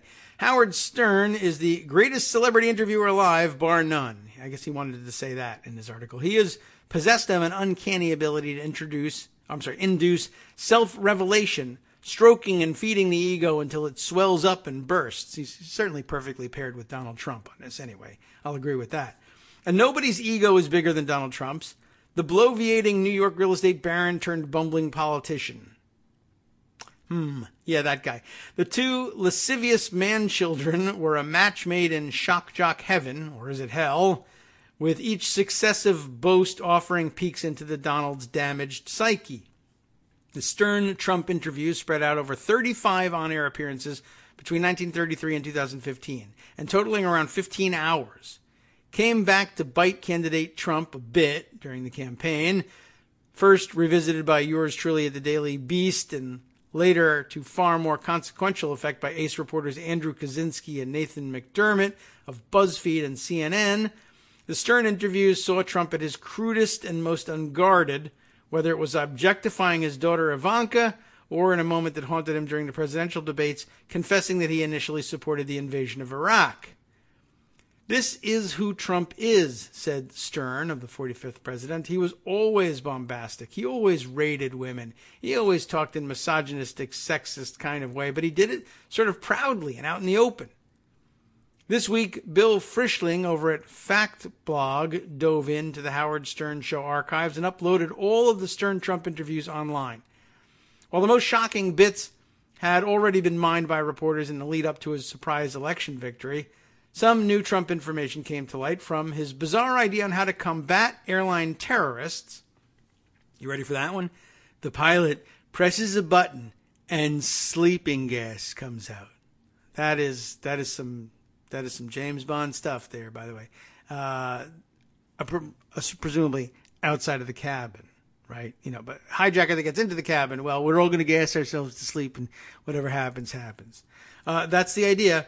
But let's see. He also told Stern he hosted a fundraiser for Hillary Clinton prior to the 2008 Democratic Party to opening up about his and Melania's sex life. Yay. On an April 16th, 2004 interview with Stern, Trump shares that he turned down several reality show offers because I didn't want to have anybody watch me comb my hair. That would have been a reality show. Oh, baby. While in an interview conducted on February 27, 2006, Donald, Ivanka, and Don Jr. can't figure out the answer to what 17 times 6 is. 96? 94? Offers Don Jr. I don't know if I could have done that, real quick in my head on the air, but I guess I would have talked it out. And I don't know, would I have gotten near the right answer? That's not a practical application, though, adds Ivanka, refusing the question. It's 112, chimes in Donald, who repeatedly insists that the answer is 112. What is it? Does anybody know offhand? I'm sure, like I said, we probably could have tried to work it out. Like, let's see, 17 times 5. 17 times 10, 170. 17 times 5 would be half that. That's 50, 35, 85. And then another 17, 95, 105, 100, and we'd have to get 3 off of that. 102? Is that what it is? That's how I would have done it. I just did it in front of you, and I didn't even get to open my calculator on my phone. Ivanka, smarter, though, didn't want to answer the question. Anyway, if that wasn't enough, on no less than 10 occasions, really, Trump shares the exact same story of his star-studded wedding to Marla Maples, with Stern telling reporters there wasn't a dry eye in the house. And I give it 6 months, comments that Trump cheerfully claims left Maples in tears on their wedding night. Cheerfully. How nice. The most eye-opening story, though, came from the unearthed Trump-Stern interviews during a chat on July 16th, 2008. And it's embedded here, and we won't play it. But, we'll give you a little teaser before we come back from our last break and tell you all about it. Trump, a notorious germaphobe, is discussing his extreme distaste for blood, except, of course, when it is the blood of patriots, which he's perfectly willing to sacrifice, I guess. The mere sight of it, he says, causes him to recoil in disgust. I'm sure most people don't like blood, but okay. Perhaps it explains why he accused then Fox News anchor Megyn Kelly of, bleeding from her whatever, after she asked him a tough question during a presidential debate. I don't think that actually explains it, but I guess they wanted to slip that in there. Or why he sought multiple deferments to dodge the Vietnam War. I don't think that exactly explains it either. But I don't think we're going to get an explanation out of it. I started the music a little later than usual, so I don't know whether we'll be on the exciting part when we come back after this last break for station identification. We'll continue after this.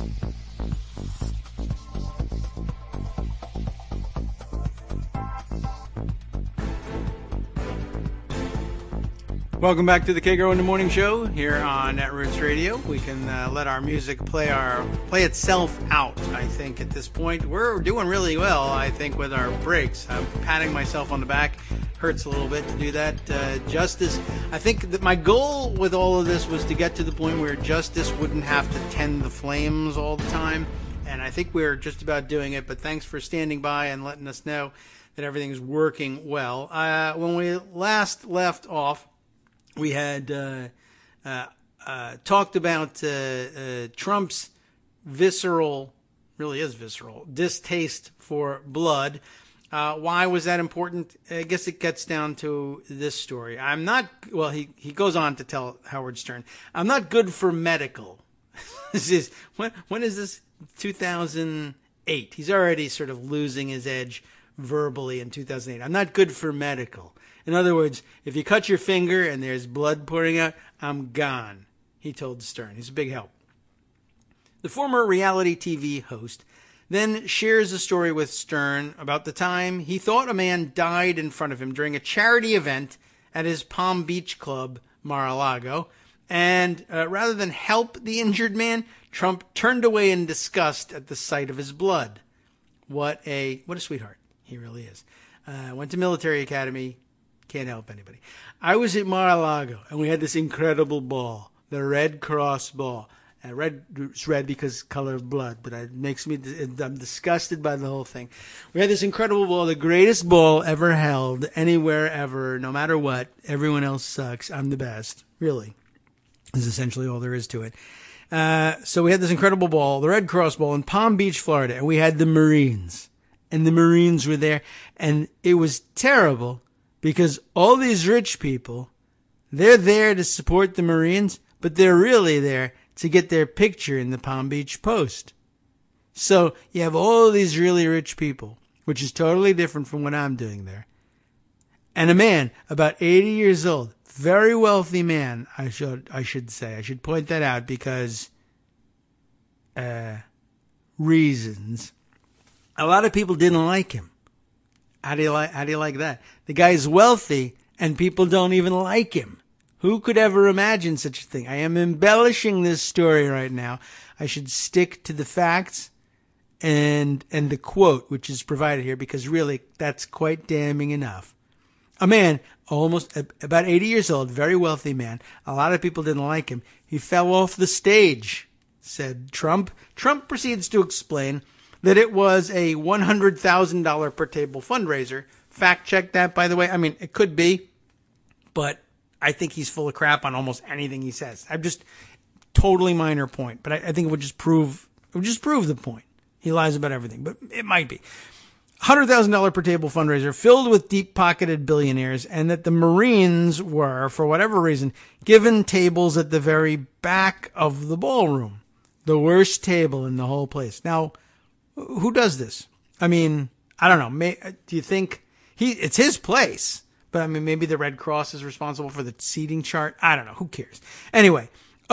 And that he was more preoccupied with his ballroom's pristine marble floor than the octogenarian bleeding out on it.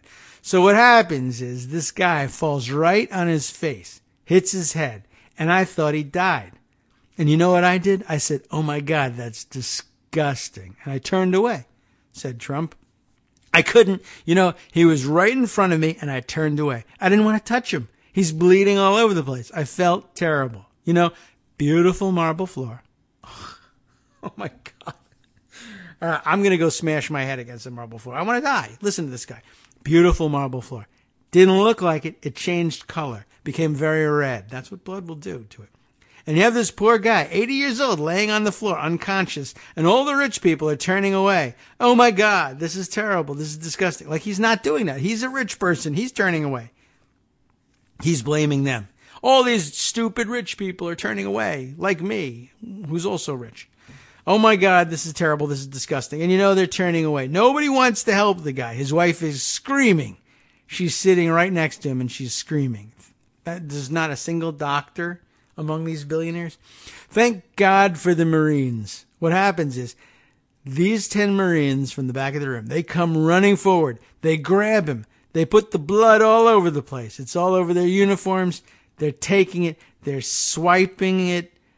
I don't know what that's supposed to mean. They ran him out. They created a stretcher. They call it a human stretcher, where they put their arms out with like 5 guys on each side. I was saying, get that blood cleaned up. It's disgusting. The next day, I forgot to call the man to say he's okay, said Trump, adding of the blood. It's just not my thing. Like most Trump tales, what was intended as a story about the bravery and heroism of a handful of Marines instead revealed far more about the man telling it. In other words, that he's a disgusting loser. I don't know. Like I said, not exactly news, but I think it's just part of the puzzle. What else could we do? We could linger over Puerto Rico. We could linger over Las Vegas.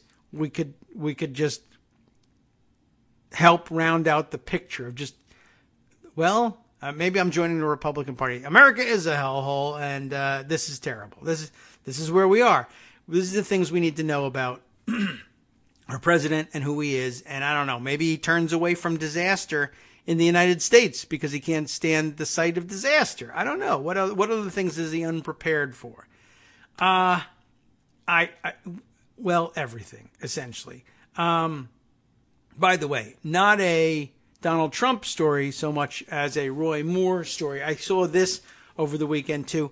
And I thought this belonged in the files along with, there was the story from Vox that Greg shared with us that time, where they interviewed 8 or 9 Republican senators about what was supposedly in the health care plan, and they had no idea, or was it the tax plan that they had no idea about, or maybe both, and the stupid excuses that they gave, both for not knowing, but for also going ahead with a vote, or attempting to try to go ahead with a vote, despite the fact they didn't know anything. This is an interview. I saw this tweeted by Lachlan Markay, who is a Daily Beast person, although it says formerly from the Free Beacon and Heritage as well, which would reveal him as something of a conservative. But so I don't know exactly how should we take the fact that he sends this screen cap out with, "This is an amazing exchange." And the exchange is between Jeff Stein, who I assume is a reporter, and Roy Moore, who I assume is the actual Roy Moore running for Senate in Alabama. And it is a rather amazing exchange. Just another one of these great exchanges where it's like you don't know the answer to anything, or you can't answer something, or you're whatever. You realize that the real truth and the truthful answer is too embarrassing, so you're not going to say it. This is Jeff Stein asking him, some right-wing conservatives think Sharia law is a danger to America. Do you? Now, Roy Moore is well known and on the record as saying, yeah, I think Sharia law is a danger to America. And I don't know whether he's trying to back off of that position just to get through the general election or what. I don't know the timing of this interview, but it is an amazing exchange, as Lachlan says. Moore answers, there are communities under Sharia law right now in our country. Up in Illinois, Christian communities. I don't know if they may be Muslim communities. I don't know what that's even supposed to mean. Are they Christian communities? You don't know if they're Muslim community maybe opt to be under Sharia law. They wouldn't, because this is America, and we don't do that. And even Muslim people in America know that. And it's one thing if you want to try to live by the dictates of religious law in your religious life, but no. There isn't anywhere up in Illinois where they replaced regular American law with Sharia law, right? Right. But this is interesting. He says there's communities right now where there's Sharia law in our country. But Sharia law, he says, is a little different from American law. Thanks for pointing that out. It is founded on religious concepts. Now, what's amazing is that the exchange doesn't end there, because that alone would make it an amazing exchange. Really, before that, would, even before that sentence, it was an amazing exchange, because he's saying that there are communities in Illinois, specifically in Illinois, where they are living under Sharia law. That's amazing enough. Then he adds another layer of amazing, saying it's a bad thing because it's founded on religious concepts. Roy Moore, of course, again, I mentioned earlier, nationally famous, or infamous if you would have it that way, for insisting that American law ought to be founded on religious concepts. But he means his religious concepts, Christian religious concepts. He is outwardly in favor of, outspoken. He became famous for advocating for Christian Sharia law. And now here he is speaking out against law founded on religious concepts, if the religious concepts are someone else's, or in particular, perhaps, Muslim. Anyway, Jeff Stein does not follow that part up. He follows up with the, admittedly, just as amazing assertion of the idea that there are places in Illinois under Sharia law. Jeff Stein said, well, wow, what an assertion. Which American communities are under Sharia law? When did they fall under Sharia law? Moore now says, now realizing, oh my God, I'm being called out. I said it's in Illinois. Really? Like, how do you know? You know the name of the town? What town is it? I want to go there. I want to ask. What's the deal with the Sharia law? Well, there's Sharia law, as I understand it, in Illinois, Indiana, up there. I don't know. You can't tell the difference between Illinois and Indiana, which is interesting. I mean, he's from Alabama. Maybe he doesn't know the map up there. A lot of people can't tell the states apart. I mean, it's a failing of theirs, but whatever. There are many people who can, of course, and a lot of them are in the Senate, and they're smart, and Roy Moore is kind of dumb, but okay. I don't know. So basically, where's the Sharia law? I don't know. Illinois, Indiana, up there. I don't know. Stein says, that seems like an amazing claim for a Senate candidate to make. That means we're in a recent interview. And this is the capper of the exchange. The end, right? That seems like an amazing claim for a Senate candidate to make. Well, let me just put it this way. I'm sorry. I can't even just deliver the line. I got to stop for a second and hold my head together so it doesn't explode at this point. But this is an actual answer. I mean, I got to condense this down so that you can get the whole exchange in its full glory all at once, uninterrupted by my tangents, right? Is Sharia law a danger in America? Yes, there are communities under Sharia law right now in our country, up in Illinois, Christian communities. I don't know if they may be Muslim communities. Which American communities are under Sharia law? When did that happen? When did they fall under Sharia law? Well, there's the Sharia law, as I understand it, in Illinois, Indiana, up there. I don't know. Wow, that's amazing. What an amazing claim for a Senate candidate to make. Well, let me put it this way, he says. If there are, there are. If they're not, they're not. What the ever-loving F are you? How can you be a human and answer that series of questions this way? I hear you think Sharia is a problem. Is it? It is in Illinois. Really? Where in Illinois? I don't know. Indiana? One of those two states. I don't know anything about states or where they are. That is amazing. Are you sure? Because you're a Senate candidate. Are you sure you want to go on record saying you're positive there's Sharia law? Some state somewhere has Sharia law? Well, okay, I begin to realize this is a dangerous thing. Well, let me put it this way. If it's true, then it's true. And if it's not true, well, then it's not. Well, no effing duh. What is that? I mean, is that not so of everything? Imagine saying that about anything, much less something you've dug such a deep hole on. Where? Where is it happening? Illinois. Where in Illinois? I don't know. Maybe it's not happening in Illinois. The point is, if it is, then it is. And if it isn't, it isn't. What's the big deal? That's the entirety of the exchange. That is fairly amazing. I assume that Lachlan Markay thinks that's terrible and disqualifies him for service in the Senate, but I'm not really sure. I just thought I would throw that one out there. Gosh, there's a lot of stuff. I'm going to save the budget issue stuff for tomorrow.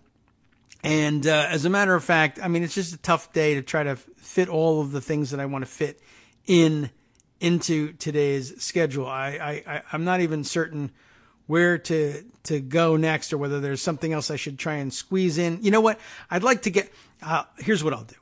I wanted to get this started, and I have here, let me pull up my information about it so that I can give you everything you need to know about it. Why don't we have Paula Ryder, our friend Paula, close out the show here today, because I have no idea how to end a day like today. It's impossible to choose a story. But I've got a piece here just by way of setting it up. Our friend who we find, or who I guess who writes me in email that way is Paula Ryder. But you can follow along with her writing on Twitter. She's follows us, and we follow her back. Paula, and her last name is, as I recall her describing it to me, rhymes with, or it's Japanese without the J on it. Paula Apynys, Apynys, and you can find her at P, like Paula, Apynys, Papynys, Apynys, and Paula is a writer, and she has this piece, this tremendous piece that she's put together here on the Republican Party and their abuse, really, of the entire United States, but how it really falls into that pattern of abusiveness as between, well, often between men and women, partners. And I thought it was rather amazing, and it's a long think piece, and she's broken it up into several installments, and I'd really like to get started. And why don't I just roll it, or else we're not going to make it. Paula, take it away, and we'll give you all the information about where you can read the piece in our roundup. The Domestic Abuse Cycle, a Framework for Our Politics and a Path Forward, Part 1. I was watching a clip of Bill Maher and Democratic Congressman Adam Schiff, who I like very much, discussing Donald Trump's firing of former FBI Director James Comey, and Schiff lamented that he knew he was too nice, and that's when it hit me.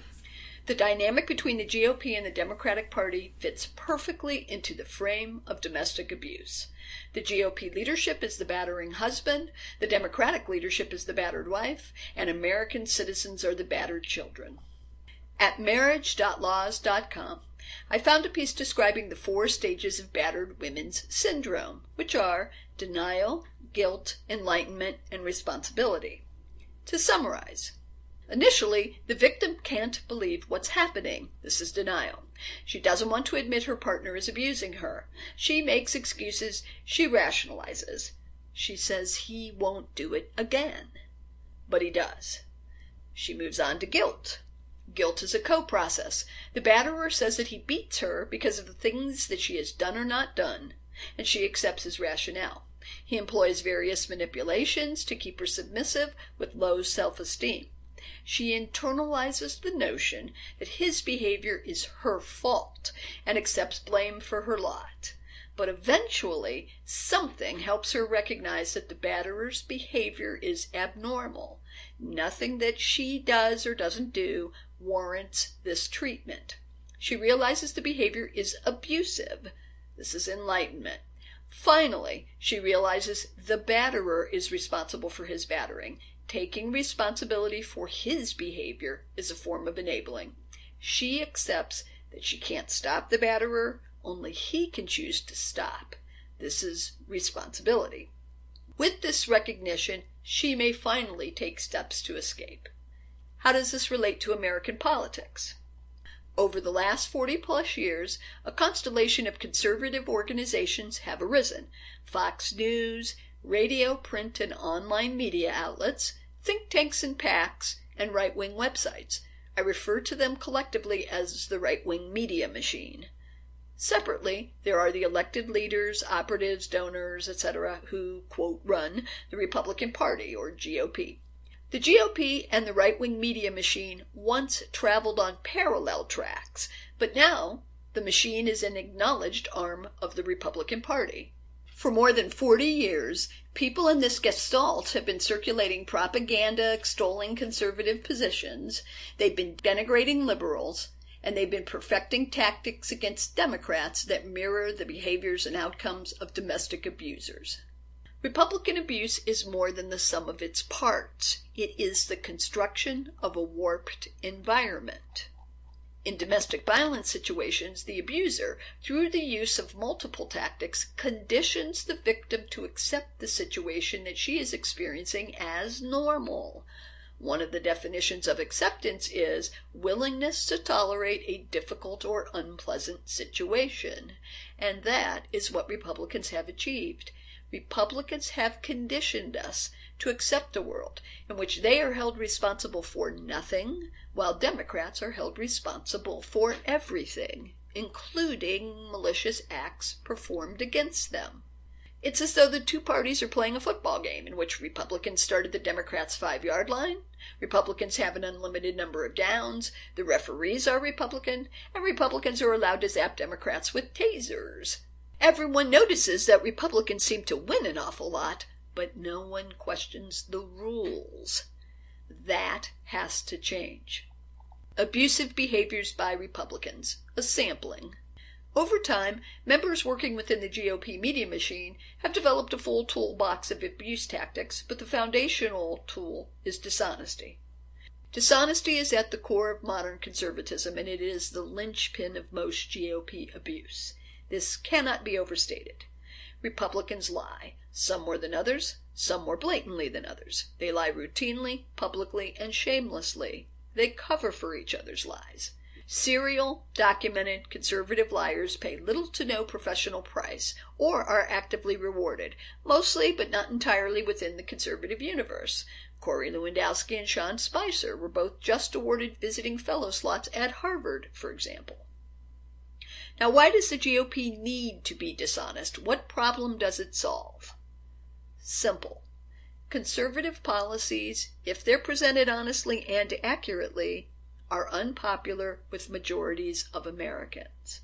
So, you either change your policies, which conservatives have been unwilling to do, or you misrepresent your policies, distract attention from their implementation, and create scapegoats to be blamed for unpopular policy outcomes. And so, over time, more and more Republicans have embraced the use of misinformation and disinformation. Hillary Clinton murdered Vince Foster, birtherism, death panels, Obama wants your guns, Pizzagate, George Soros pays people to fill in the blank. Much of this junk is peddled initially by the hard right, but such slurs are often used and virtually never condemned by the GOP leadership. Republicans make demonstrably false claims about their policies and legislation. They have lied repeatedly about how the ACA works and how it was developed. They've lied repeatedly about their repeal and replace efforts. They suppress factual data that exposes their falsehoods. They suppress studies. They shut down or defund departments performing research or work that counters their policy preferences, and they attack the CBO. They invent rules like presidents don't seat Supreme Court judges during an election year to justify their extreme obstruction. On the religious right, anti-choice activists lie about everything related to abortion. On the religious right, anti-choice activists lie about everything related to abortion. They open deceptive clinics aimed at fooling women. They vigorously promote lies about Planned Parenthood. They suppress information about birth control and promote laws premised on falsehoods. Republicans have been lying with impunity for so long now that it often appears they literally don't know that they're doing it. Some seem to have lost the ability to separate fact from fiction. Some appear to lie out of ignorance. Some lie, I think, out of malice. Some lie because it works.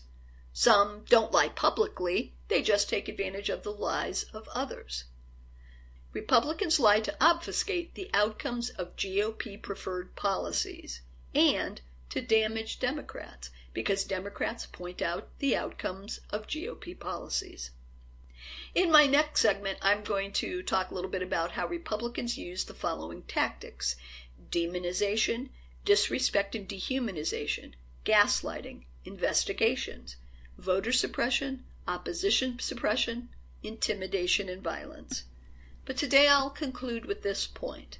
Republican abuse is more than the sum of its parts. It is the construction of a warped environment.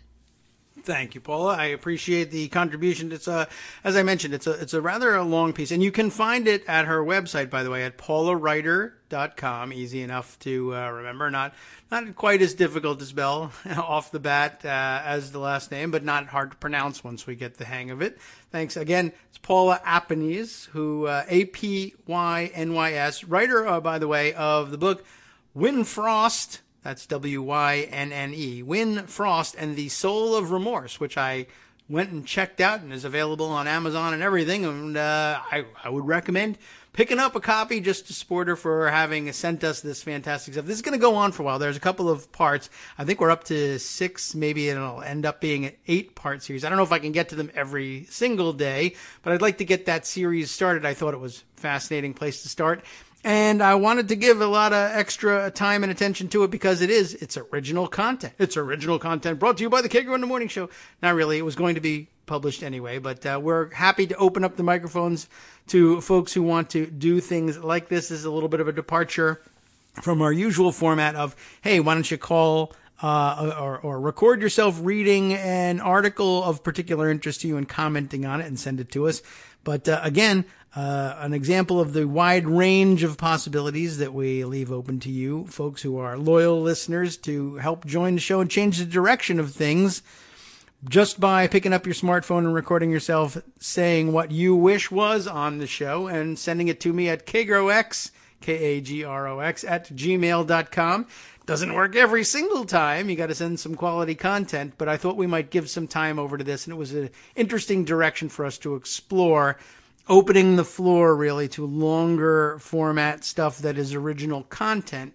That I thought was a fun and interesting idea. And of course, it unifies lots of themes and brings in lots of themes and loose strings and loose ends, of course, that we have touched on here on the show because we're borrowing from the writing of so many other people, whether there are commentators or journalists or otherwise, and we like to weave those together into a narrative. Paul has done it, and thanks for sending it along. And I assume we'll probably see this cross-posted over at Daily Kos for you to find there eventually as well, and we'll share the link to that. But in the meantime, again, you can find it on paulawriter.com. Either now, it may already be up there, I should check and see, or in the near future, and I guess the future is drawing a lot nearer now that we've begun with our series. Thanks again, Paula. It's time now, though, for us to get ready to hand the microphone over to the guys in the after show who will bring you more original content right here on Netroots Radio. You can find the show broadcasting live immediately after ours at the live stream player embedded at netrootsradio.com. The podcasts also usually easily linked there, although I have been saying, I got to be honest, there's been some people saying I'm having some difficulty finding podcasts of the after show, and you promote it every day, and I'd like to hear their follow-up to all of these stories, and hopefully, well, you know, it's an all-volunteer effort like it is over here, and it's tough to put the rest of your day into it after you've finished up a show, particularly on a day like today. I understand that. But do be aware that they have a lot of those podcasts available easily enough, found on iTunes. I would search for Netroots Radio, might come up a little bit faster. Let me tell you what's coming up next on today's after show and entice you to listen live. Or if you can't do it, just to pick up that podcast whenever it shows up on iTunes. What do they have for us today? Republican Senator Ron Johnson of Wisconsin calls healthcare, food, and shelter a privilege. What do you know? Did you know how privileged you were to have those things?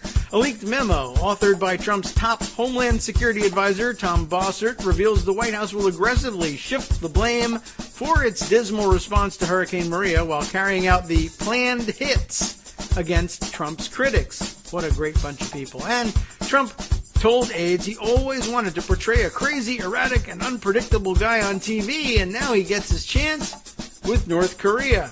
What about on the last half of today's after show? Well, they've got this. They'll be reporting that Hewlett-Packard Enterprise let Russia scrutinize the cyber defense system and source code used by the Pentagon to protect its network.